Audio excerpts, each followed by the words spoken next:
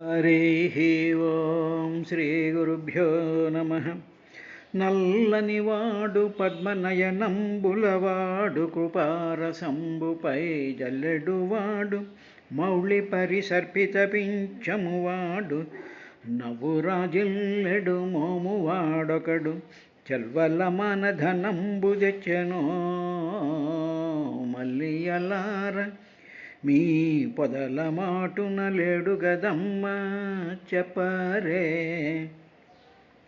అంగజునైన జూడ హృదయంగముడై కరగించువాడు శ్రీరంగదురంబువాడు మధురంబగు వేణురవంబువాడు మమ్మగజు పుంవు చూపులకు నగ్గము శేషల వంగలుంగనా రంగములారమీ కడకు రడుగదా కృపనున్న చూపరే. హరిచరణములకు ప్రియవై హరినిను మన్నింప భద్రమందడు తులసి హరిని దశరాడుగదా హరి చొప్పెరిగించి శుభములందింపగదే. ఎల్ల శరీరధారులకు ఇళ్లను చికటి నూతి లోపలంద్రళ్ళక మీరునే మనుచుమతి భ్రమణంబునం భిన్నులై ప్రవర్తిల్లక సర్వమున్నతని దివ్య కళామయమంచు విష్ణునందులము చేర్చి తారడవి నుండుట మేలు నిశాచరగ్రణీ. మందారమకరందమధుర్యమునదేలు మధుపంబువునే మదనములకు నిర్మల మందాకిని విచికల తూగురయంచ సనునెతరంగిణులకు లలిత రసాల పల్లవ ఖాదియై చొక్కు కోయిల చేరునే కుటజములకు పూర్ణేందు చంద్రికా స్ఫురిత చకోరకంబు అరుగునే సాంద్రనిహారములకు అంబుజోదరు దివ్య పాదారవింద చింతనామృతపాన విశేష మత చిత్తమేరీతి ఇతరంబు చేరనేర్చు వినుత గుణశీల మాటలు వేయునేల. అడుగడ్గునకు మధవాను చింతన సుధా మాధుర్యమున మేను మరచువాని అంభోజగర్భాదులభ్యసింపగలేని హరిభక్తి పుంభావమైన వాని మాతృగర్భము జొచ్చి మన్నది మొదలుగా చిత్తమచ్యుతి మీద చేర్చువాని అంకించు తన్నలోన అఖిల ప్రపంచంబు శ్రీ విష్ణుమయమని చలగువాని వినయకారుణ్య బుద్ధి వివేక లక్షణాది గుణములకు ఆటపట్టైన వాని శిష్యు బుధలోక సంభావ్యు చీరి గురుడు ముందరకి ద్రొబ్బి తండ్రికి మొక్కుమనియే. హరి ఓం శ్రీ గురుభ్యో నమ. విదురా, ఆ మునులందరూ కూడా వేణుడికి సరైనటువంటి ధర్మం చెప్పాలి అనేటువంటి ఉద్దేశంతో వాళ్ళందరూ కూడా ఒక స్థిర నిశ్చయానికి వచ్చి వేణుడి దగ్గరికి వెళ్ళి, అయ్యా విజ్ఞాపయామ, మేమందరం కూడా నీకు విజ్ఞాపన చేస్తున్నాము. ఏమిటి అంటే, మేము చెప్పినటువంటి మాటను నువ్వు కానీ పాటించినట్లయితే దానివల్ల నీకు ఆయుశ్రీర్బల కీర్తినా, ఆయుష్ పెరుగుతుంది, బలం వస్తుంది, కీర్తి వస్తుందయ్యా. అవన్నీ కూడా వివర్ధనం నీకు పెరుగుతాయి. కాబట్టి మేము చెప్పేటువంటి ఆ విజ్ఞాపనని నువ్వు పాటించు అని చెప్పిన తరువాత ఇంకా వాళ్ళు ఒక జనరల్గా చెప్తున్నట్టుగా ఆ వేణుడి ముందు 15వ శ్లోకంలో ఈ విధంగా చెప్పడం ప్రారంభించారయ్యా అంటూ, ధర్మ ఆచరిత పుంసాం వాంగ్ మనఃకాయ బుద్ధిభిః లోకాన్ విశోకాన్ వితరత్యధానంచమసంగినాం. పుంసాం, ఈ పురుషుడు ఉన్నారే అంటే ఈ మానవుడు ఉన్నారే, ఈ మానవుడు వాక్ మనః కాయ బుద్ధిభిః, వాక్కు ద్వారా, మనసు ద్వారా, బుద్ధి ద్వారా, శరీరం ద్వారా ఆచరిత ధర్మ ధర్మాన్ని ఈ 4 ఇన్స్ట్రుమెంట్స్ని కూడా తీసుకుని ధర్మాన్ని కానీ ఆచరించబడినట్లయితే ఆ ధర్మం అప్పుడు లోకాన్ విశోకాన్, ఆ ధర్మాన్ని ఆచరించినట్లయితే లోకాల్లో ఇహలోకంలో కానీ పరలోకంలో కానీ విశోకాన్ ఏ విధమైనటువంటి శోకం లేని వంటిగా వితరతి చేస్తుందయ్యా. ఏమిటి అంటే ధర్మ ఆచరిత, ఆ ధర్మాన్ని ఆచరించినట్లయితే ఏ విధంగా ఆచరించాలి అంటే వాక్కు ద్వారా, మనసు ద్వారా, కాయం ద్వారా, బుద్ధి ద్వారా 4 అంటే మనోవాక్కాయ కర్మలు అంటాం. కాబట్టి ఈ విధంగా నీవు ధర్మాన్ని ఆచరించాలి అనేటువంటి విషయాన్ని చెప్పారు. ఇక్కడ జాగ్రత్తగా గమనించవలసింది కాయం అంటే శరీరం ఆచరించాల్సినటువంటి ధర్మాలు ఏమిటి అంటే ఏదో శుచిగా ఉండడం, శుభ్రంగా ఉండడం, స్నానం చేస్తూ ఉండడం, సరైనటువంటి వాతావరణంలో ఉండడం, పరిశుద్ధమైనటువంటి స్థితిలో ఉండడం అనేటువంటిది కాయము. తర్వాత కాయంలో ఉండేటువంటి చేతులు, కాళ్ళు ఇవి. తర్వాత ఉండేటువంటిది ఏమిటంటే మనస్సు. ఈ మనసులో కూడా ధర్మాన్ని ఆచరించాలి అనేటువంటి సంకల్పం ఉండాలి. ఆ సంకల్పం బుద్ధిలోకి వచ్చేటప్పటికి స్థిరమై ఉండాలి. అప్పుడు ఈ మూడిటి ద్వారా ఆచరిస్తూ ఉండేటప్పుడు ఆచరించవలసినటువంటి ధర్మాలు, ఉదాహరణకి ఏదో అనుష్ఠానం ఉందనుకోండి, ఏదో పారాయణ ఉందనుకోండి, ఏదో స్తోత్ర పారాయణం లేకపోతే ఏదో పారాయణలు మనం చేస్తూ ఉంటాం. అలా చేస్తూ ఉండేటప్పటికీ మన వాక్కు దాని మీద ఆ ధర్మాన్ని ఆచరిస్తున్నప్పుడు మన వాక్ ఆ ధర్మాన్నే ఆచరిస్తూ ఉండేటువంటి విధంగా, అంటే ఏమిటి, అన్ని కోఆర్డినేటెడ్గా in a harmonious pattern and trend ఈ ధర్మాన్ని ఏమిటండి ధర్మం అనేటువంటిది ఏమిటంటే గృహస్థులకి, గృహస్థాశ్రమంలో ఉండేటువంటి యజమానికి కొన్ని ధర్మాలు ఉంటాయి, యజమానురాలికి అంటే గృహంలో ఉండేటువంటి ఆ భార్యకు కొన్ని ధర్మాలు ఉంటాయి, అదేవిధంగా పిల్లలకి కూడా కొన్ని ధర్మాలు ఉంటూ ఉంటాయి. అదేవిధంగా వీళ్ళకి గృహస్థాశ్రమ ధర్మాలే కాకుండా బాహ్యమైనటువంటి ప్రపంచంలో మనం చేయవలసినటువంటి ధర్మాలు ఏవైతే ఉన్నాయో వాటిని కూడా సరిగ్గా ఆచరించినట్లయితే, ఇవన్నీ ఎవరు చెప్పారండి, ఎక్కడ చెప్పారండి అంటే వేదంలో ఉన్నాయి, వేదవిహితమైనటువంటివి. అదేవిధంగా స్మృతుల్లో కూడా ఉంటూ ఉంటాయి, తర్వాత ఆగమశాస్త్రాల్లో కూడా ఉంటూ ఉంటాయి. వీటిలన్నిటినీ కూడా మనం జాగ్రత్తగా ఆచరించాల్సినటువంటి విధానం ఉన్నది. ఈ సందర్భంలో ఒకటి చెప్పదలుచుకున్నది ఏమిటి అంటే నమస్కార విధి అనేటువంటి 15-16 శ్లోకాల్లో ఒక విషయం చెప్పబడ్డారు. ఉదాహరణకి దేవాలయాల్లో కానీ, తర్వాత సభల్లో కానీ, లేకపోతే ఈ ప్రవచనాది కార్యక్రమాలు జరుగుతూ ఉండేటువంటి సందర్భంలో కానీ ప్రత్యేకించి ఒక మనిషికి కానీ మనం పాద నమస్కారం కానీ చేసినట్లయితే అలా చేసినటువంటి వ్యక్తి అంతవరకు సంపాదించినటువంటి పుణ్యం అంతా కూడా హరించుకుపోతుంది అనేటువంటి విషయం చెప్పారు. దేవాలయంలో మనం నమస్కారం పెట్టవలసినటువంటిది ఒక్క భగవంతుడికి మాత్రమే. కాబట్టి అక్కడ ఏమండి నమస్కారం పెట్టడం అనేటువంటిది పెద్దలకి నమస్కారం పెట్టాలని శాస్త్రం చెప్పింది. పెద్దలకి నమస్కారం ఎప్పుడు పెట్టాలంటే గుళ్ళో కాదు పెట్టాల్సింది నమస్కారం. గుళ్ళో దేవుడే అందరికన్నా పెద్దవాడు కాబట్టి దేవుడికి పెట్టాలి. మిగతా వాళ్ళకి నమస్కారాలు పెట్టకూడదు, అందులో కాళ్ళకి అసలు నమస్కారాలు చేయకూడదు. మీకు నమస్కారం పెట్టాలంటే బయట రోడ్డు మీద పడి సాష్టాంగ నమస్కారాలు చేసుకోండి, తప్పేముంది. ఇంటికి వెళ్ళి నమస్కారాలు చేయండి, అక్కడ ఆ ధర్మాన్ని పాటించండి. ఇక్కడ ఆగమశాస్త్ర ధర్మాన్ని, దైవ ధర్మాన్ని, విధులని పాటించాల్సినటువంటి చోట ఇటువంటి పనులు చేసినట్లయితే అంతవరకు ఆ నమస్కారం పెట్టినటువంటి వ్యక్తి సంపాదించుకున్నటువంటి పుణ్యం అంతా కూడా హరించుకుపోతుంది అన్న శ్లోకం మీకు చదివి వినిపిస్తాను తర్వాత. కాబట్టి ఇటువంటి ధర్మాచరణ ఇది సింపుల్ ఒక ధర్మం ఇది. అదేవిధంగా ఇంట్లో పిల్లలకి, వృద్ధులకి ఆ గృహిణి భోజనాలు పెట్టిన తర్వాత వాళ్ళకి ముందు ఆకలి తీర్చిన తర్వాత మిగతా వాళ్ళకి పెట్టడం అనేటువంటిది ధర్మం కింద వస్తుంది. అదేవిధంగా అనేక రకాలైనటువంటి ధర్మాలు చెప్పబడ్డాయి. ఇలాగా ఆచరిత ధర్మ పుంసాం, ఇలా ఆచరించినటువంటి ఆ పురుషుడికి లోకాన్ విశోకాన్ వితరతి. ఏ లోకంలోనూ కూడా వాడికి శోకం అనేటువంటిది ఉండదు. అథ అంతేకాదయ్యా అసంగినా తర్వాత ఏ విషయంలోనూ కూడా సంగత్వం లేకుండా ఉంటూ కూడా అలాగా సంగత్వం లేకుండా ఉండేటువంటి వాళ్ళకి అనంత్యం వితరతి. అటువంటి వాళ్ళకి అనంత్యం అంటే అనంతమైనటువంటి సత్యం జ్ఞానం అనంతం అన్నాగా అది బ్రహ్మస్వరూపంగా పరమాత్మ కాబట్టి అనంత్యం వితరతి ఇస్తూ ఉంటుంది. ఏది ఇస్తూ ఉంటుంది?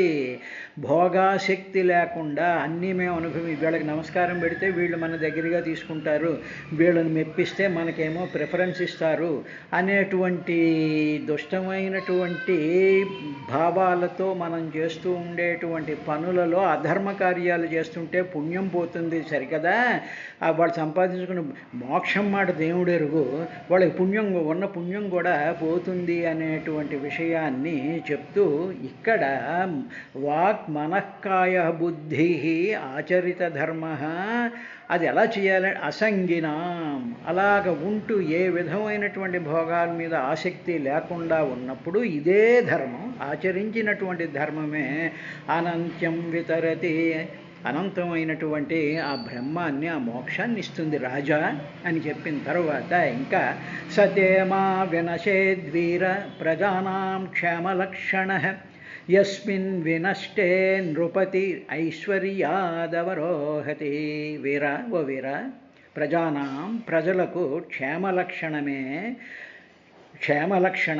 క్షేమమే లక్షణంగా గల సహ ఆ ధర్మం తే నీకు మా వినశేత్. నీకు రాజుగా నీకుండేటువంటి ధర్మం ఏమిటి అంటే, ఇప్పుడు గృహస్థిగా ఉండేటువంటి ధర్మం ఏమిటంటే గృహస్థులు తన ఇంట్లో ఉండేటువంటి వాళ్ళ క్షేమాలు చూసుకోవడం వాడి గృహస్థ ధర్మం. నువ్వు రాజుగా క్షేమలక్షణ ప్రజానాం క్షేమలక్షణ ప్రజలందరి యొక్క క్షేమాన్ని చూడడం అనేటువంటి ఆ ధర్మం తే నీకు మా వినశేత్ అది నీకు నశించకుండా ఉండుగాక, నీలో ఆ భావం పోకుండా ఉండుగాక, ప్రజల యొక్క క్షేమాలను నువ్వు చూడాలి అనేటువంటి నీ ధర్మం నీ బుద్ధిలో నుంచి పోకుండా ఉండుగాక, నీ బుద్ధిలో అది స్థిరంగా ఉండుగాక అని చెప్తూ ఇంకా వాళ్ళన్నారు యస్మిన్ ఆ ధర్మం ఉందే, ప్రజల్ని క్షేమంగా పరిపాలించాలి అనేటువంటి ధర్మం ఉందే, అది నీ మనసులో నుంచి వినష్టే ఒకవేళ నశించిపోయిందనుకో, ప్రజల్ని క్షేమంగా ఉండకుండా వాళ్ళకి కావలసినటువంటి సౌకర్యాలు చూడకుండా వాళ్ళని పీడించుకుంటూ వాళ్ళ మీద పనికిరానటువంటివన్నీ చేస్తూ వాళ్ళ భూములు తినేస్తూ వాళ్ళ ఆహారాలను రాయకుండా వాళ్ళ ఉద్యోగాలు ఇవ్వకుండా వాళ్ళని ఏ విధమైనటువంటి సుఖాలని ఇవ్వకుండా జీవించకుండా నువ్వు చేస్తూ ఉండేటువంటి ఆ అధర్మాన్ని కానీ నీవు కానీ ఆచరించినట్లయితే, ఏ ధర్మం నువ్వు ఆచరించాలో అది ఆచరించకపోతే ఆ బుద్ధి వినష్టే నీ మనసులో నుంచి ఆ బుద్ధి పోతే నృపతి ఐశ్వర్యాతవరోహతి అటువంటి రాజు యొక్క ఆ రాజు తన యొక్క ఐశ్వర్యాల నుండి అవరోహతి దిగబడిపోతూ ఉంటాడు. అంటే ఏమిటన్నమాట, నీకు ఎంతో అధికారం ఉంది, ఆ అధికారంలో అధర్మపరంగా నువ్వు కానీ చేసినట్లయితే నీ ఐశ్వర్యం అంతా ఊడిపోయి 154 సీట్లు వచ్చిన 11 సీట్లకు పడిపోయేటువంటి దౌర్భాగ్య స్థితి నీకు ఏర్పడుతుంది అనేటువంటి పరమమైనటువంటి నిత్యమైనటువంటి సత్యాన్ని ఆ రాజుకి ఆ వేణుడికి వీళ్ళు చెప్తూ ఇంకా వాళ్ళు కొన్ని పాయింట్ అవుట్ చేశారు. ఏమిటంటే రాజన్న సాధ్వమాత్యేభ్యశ్చోరాధిభ్య ప్రజానృప రక్షన్ యథా బలిం గృహ్ణన్నిహ ప్రేత్య చ మోదతే. రాజన్ ఓ రాజా, ప్రజలను అసాధు అమాత్యేభ్య చోర ఆదిభ్య రక్షన్ ఈ ప్రజలున్నారు, నీ కింద ఉన్నారే ప్రజలు, వీళ్ళందరినీ కూడా అసాధు చెడ్డవాళ్ళైనటువంటి అమాత్యేభ్య లంచాలు, తర్వాత ఏమో గూండాగిరి చేసేటువంటి వాళ్ళు, తాగుబోతులు, బూతులు మాట్లాడేటువంటి వాళ్ళు, ఏ ప్రజల మీద ఏ విధమైనటువంటి కన్సర్ను లేనటువంటి వాళ్ళు, ప్రజల ఆరోగ్యాలని ప్రజల యొక్క బుద్ధుల్ని పాడు చేసేటువంటి గుణాలే కలిగినటువంటి అమాత్యేభ్య మంత్రిమండలి క్యాబినెట్ ఉంటే అదొకటే కాకుండా చోర ఆదిభ్య, చోరులు మొదలైనటువంటి వాళ్ళు కూడా ఉంటూ ఉంటారు. వీళ్ళని ఆధారంగా చేసుకుని దొంగతనాలు చేసేటువంటి వాళ్ళు, గంజాయిలు పండించేటువంటి వాళ్ళు, రకరకాలైనటువంటి అవినీతి పరులు చేస్తూ దొంగతనాలు చేసేటువంటి వాళ్ళను రక్షిస్తూ ఉండేటువంటి నృపః రాజు, వీళ్ళ నుంచి రక్షించేటువంటి రాజు యథా ఏ విధంగా శాస్త్రానుసారంగా ఏ విధంగా మనుధర్మశాస్త్రం చెప్పిందో ఆ విధంగా బలిం గృహణన్, ఆ విధంగా ఇటువంటి వాళ్ళ నుంచి రక్షిస్తూ ఒక పక్కన, ఇక రెండవది శాస్త్రానుసారం అంటే మనుధర్మశాస్త్ర ప్రకారం స్మృతుల ద్వారా చెప్పబడినటువంటి బలిం అంటే ప్రజల నుంచి వసూలు చేస్తూ ఉండేటువంటి పన్నులను గృహణన్ స్వీకరిస్తూ ఉండేటువంటి రాజు ఇహ ఈ లోకం తరువాత ప్రేత్యం అంటే మరణించిన తర్వాత మోదతే ఆనందించును. అంటే ఏమిటన్నమాట, ఇలాంటి అసాధువులైనటువంటి మంత్రుల యొక్క ఆ దుర్మార్గాల నుండి, దొంగల నుండి, లంచగొండుల నుంచి, అవినీతి పరుల నుంచి కూడా ప్రజల్ని రక్షిస్తూ ఉండేటువంటి రాజు, తరువాత శాస్త్ర ప్రకారం, రాజ్యాంగం ప్రకారం, తరువాత సిస్టమ్స్ నిర్దేశించినటువంటి ప్రకారం బలిం గృహణం పన్నులను విధిస్తూ ఉంటే అటువంటి రాజుకు ఏహం ఈ లోకంలోనూ, తర్వాత ఒకవేళ మరణించి పైలోకం వెళ్ళినా కూడా మోదతే ఆనందంగా వెళ్తాడయ్యా. ఆనందం ఉండాలి అంటే ఈ పనులు చేయాలి.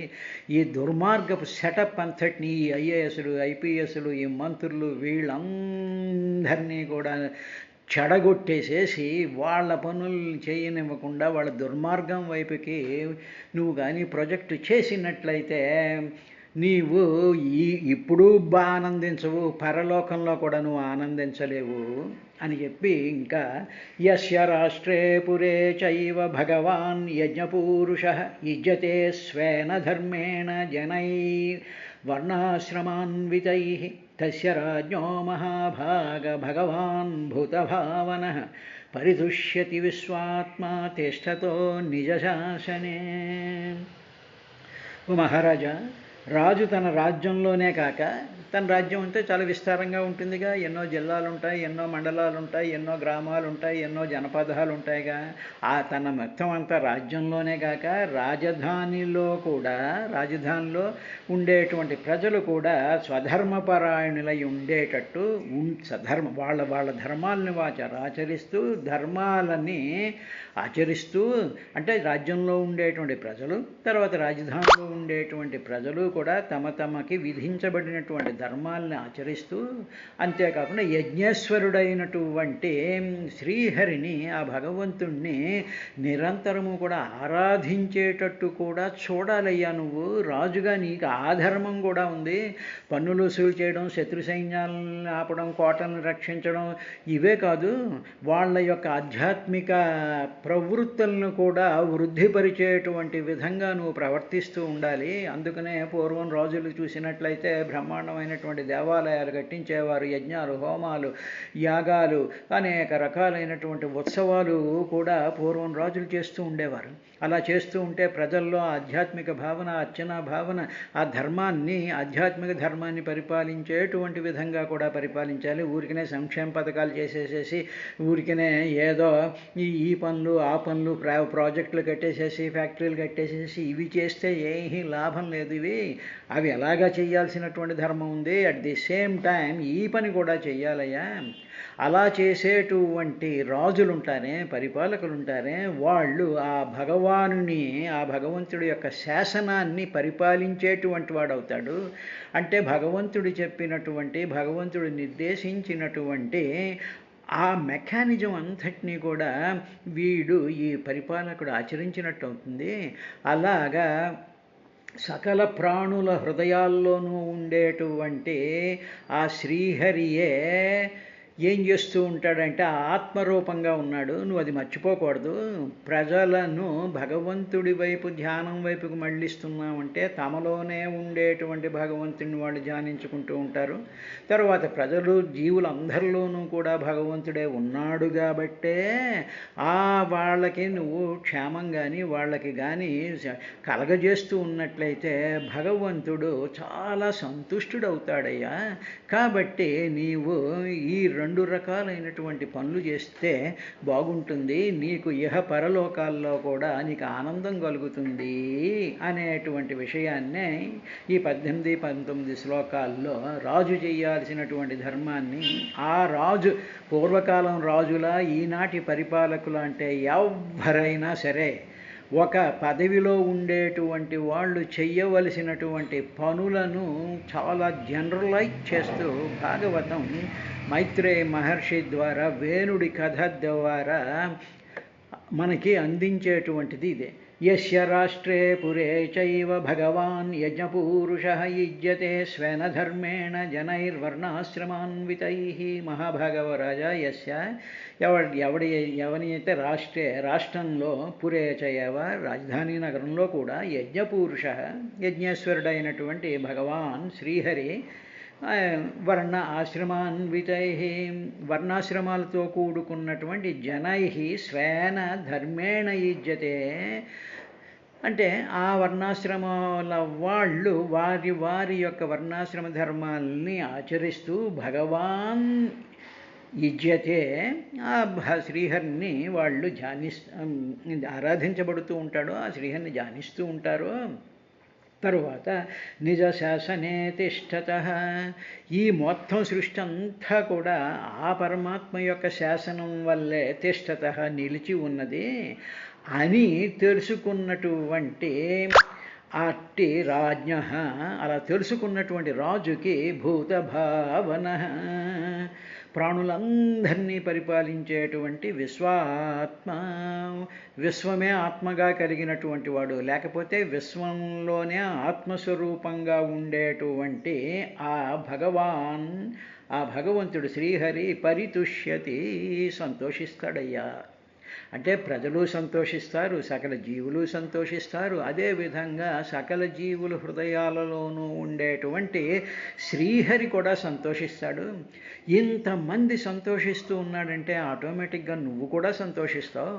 నీవు బతికున్నప్పుడు సంతోషిస్తావు, మరణించినప్పుడు కూడా సంతోషిస్తావయ్యా రాజా అంటూ ఇంకా వాళ్ళు ఆ శ్రీహరి యొక్క ప్రస్తావన వచ్చేటప్పటికీ వీడు యజ్ఞాలొద్దు, హోమాలొద్దు, ప్రవచనాలొద్దు, సంగీత కచేరీలొద్దు, అసలు గుళ్ళో ఏదో ఫోటోలు కావాలి, అవి కావాలి, ఇవి కావాలి, ఏదో పార్కు కింద చేసుకోవాలి, పార్కుల్లో ఎంజాయ్ చేయాలి, ఏదో మాల్స్లో ఎంజాయ్ చేయాలి, ఇదే ఎంజాయ్మెంటు అనుకునేటువంటి ప్రజెంట్లో ఉండేటువంటి దానికన్నా కొంచెం భిన్నంగా చెప్తూ ఎక్కడ ఏ పనులు దోషరహితంగా చెయ్యాలి అనేటువంటి విషయాన్ని చెప్తూ అసలైనటువంటి సత్యం ఈ సమస్త జీవులకి, సమస్త లోకాలకి, సమస్తమైనటువంటి లోకపాలకులకి తస్మిన్ స్తుష్టే కిమప్రాప్యం జగతాం ఈశ్వరేశ్వరే లోకస్సపాలా హ్యేతస్మై హరంతి బలిమాదృతాః.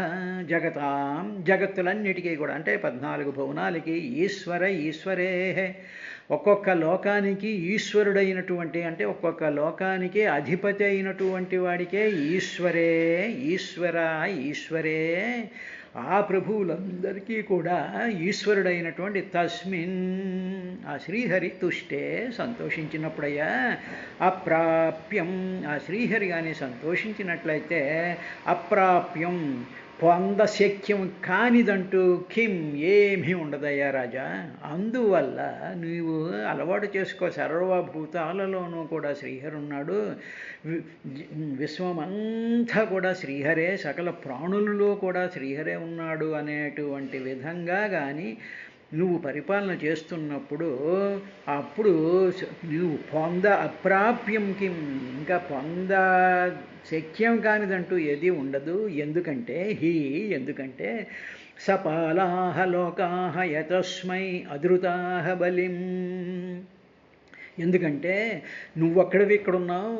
క సపాలాహ మొత్తం లోకపాలకులు అష్టదిక్పాలకులు ఎవరైతే ఉన్నారో, సకల లోకాల్లోనూ కూడా పరిపాలకులు ఎవరైతే ఉన్నారో వాళ్ళందరూ కూడా లోకాహ వాళ్లే కాకుండా ఆయా లోకాలలో ఉండేటువంటి లోకాహ, అక్కడ ఉండేటువంటి ప్రాణులు కూడా ఏతస్మై ఆ శ్రీహరి కొరకు అధృతాహ ఏ విధమైనటువంటి అనాదరం లేకుండా చాలా ప్రేమ కలిగినటువంటి వాళ్ళే, మమకారం కలిగినటువంటి వాళ్ళే లోకపాలకులతో సహా ఆ లోకాన్ని పరిపాలించేటువంటి ఆ రాజులతో సహా, అదేవిధంగా ఆ లోకాలలో ఉండేటువంటి ప్రాణులకు అందరికీ కూడా శ్రీహరి అంటే చాలా ప్రేమ, భక్తి, ఆదరం ఉందయ్యా.